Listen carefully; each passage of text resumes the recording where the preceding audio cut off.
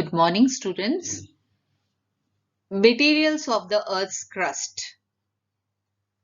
Today we will study about Earth's crust.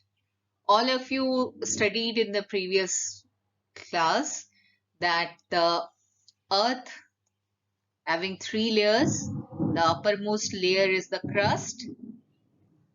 It is also called the thin layer of the Earth. It is like a skin. It is always compared, you can understand that earth is like a onion. You can understand by that there are layers. When you peel a onion, you will find that there are layers of that.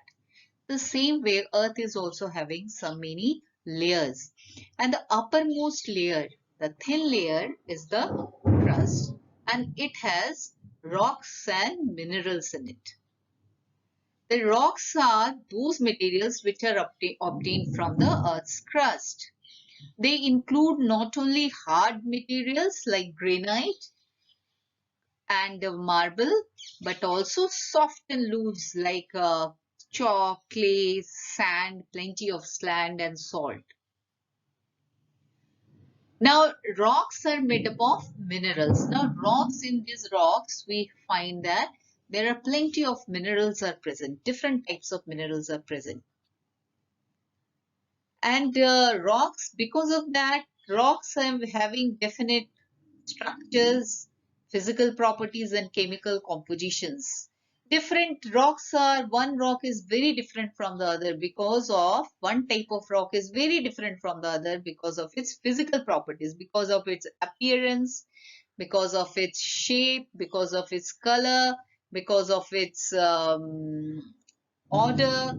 So these are the properties, physical properties. And then the chemical composition, how chemically the elements present in that, the compounds which creates these structures. They are very different from one type of rock to the other type of rocks. But in this, when minerals are present in a large percentage, it is called the ore. Now, what is ore? Ore, where, let's suppose, in particular area, in the particular area in the crust, the rocks, or in the upper crust, there are plenty of iron is present. Large percentage of iron is there. So we can say that iron ore is present in that particular area. And mining can be done for that iron ore. Now, what is ore? Ore is the mineral present in large percentage with certain impurities. So, we have to, if we want to get that mineral, we have to extract or separate the impurities from the minerals. Then only we can get from the ore the pure form of that mineral. Is it clear? So, in that, mining can be done in only those areas where economically it is viable, profitable. Only then we can get that area mined. All right. So, we will go to the next. There are types of minerals, organic and inorganic. Organic, particularly those which are formed from dead and decayed animals, plants, millions and millions of years it gets to this. When plants, animals die, they are trapped underground, and this we get the fossil fuels, that is natural gas, petroleum, coal. They are very important source of energy, and all of you know, once it's we have consumed or wasted, it will take millions of years again to get it back. So it is the organic minerals, or we can say the fossil fuels are the examples of the organic minerals. And which are inorganic minerals or The inorganics are the metallic or non-metallic in nature, like metallics are iron, aluminium, gold, silver, copper, lead, and non-metallic minerals are silicon, sulfur, phosphorus. These are the examples of such minerals. Now, we will, after these types of minerals, we will go to the types of rocks. Now, this is the most important thing. There are three types of rocks, and they have characteristics with regard to their composition, color, size, textures. All these defines that they are of different types.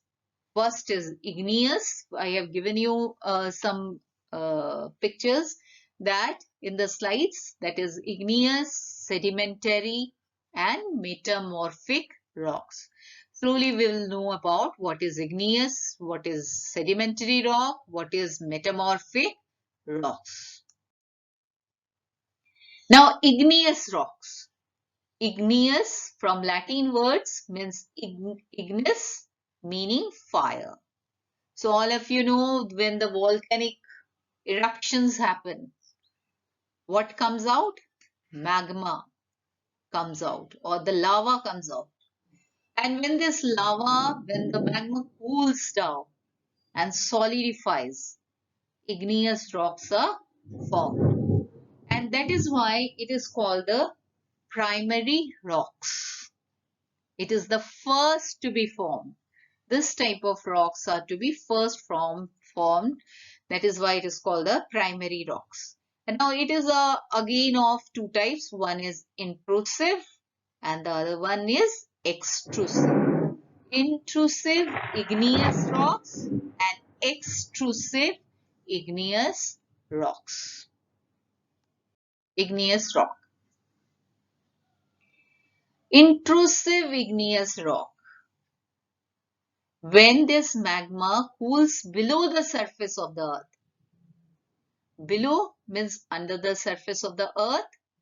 It is called intrusive rocks. When the magma comes out, some magma or the lava remains inside the earth, which doesn't come out. And when it slowly cools down, it takes time to cool down. When it cools down, the earth does the crystals formed on cooling are large. And examples are granite, dolerite, so that you can see how it looks. Some examples and some slides I have given you the pictures, and you can see that how it appears. So intrusive, next is extrusive. Extrusive, the lava which comes out and it naturally it cools down faster than the intrusive igneous rock. And they are also called the volcanic rocks. And examples, because of this rapid cooling, there are fine grained like particles, crystals are very fine grained. And examples are basalt. Basalt is in Deccan Plateau in India is made up of basalt rock. Alright, the Deccan Plateau, the whole plateau, we find that this basalt rock is present there. Now, characteristics of igneous rocks.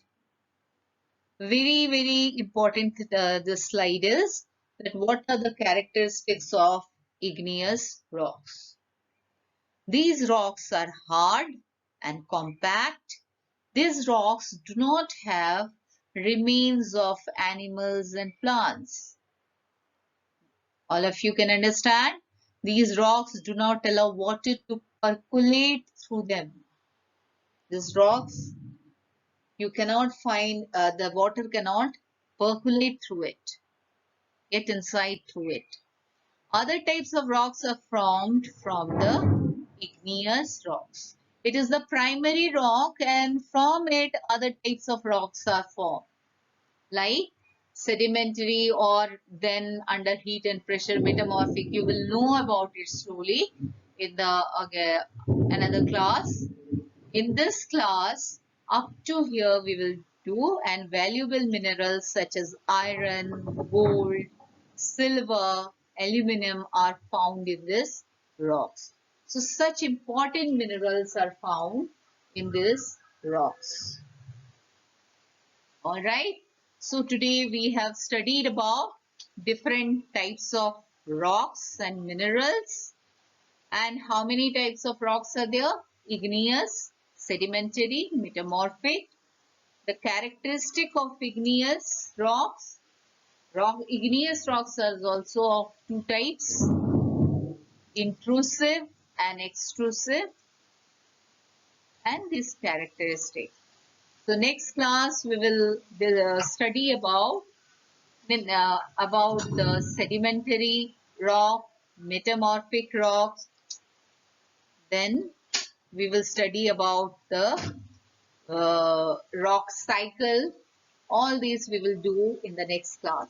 Thank you, all of you.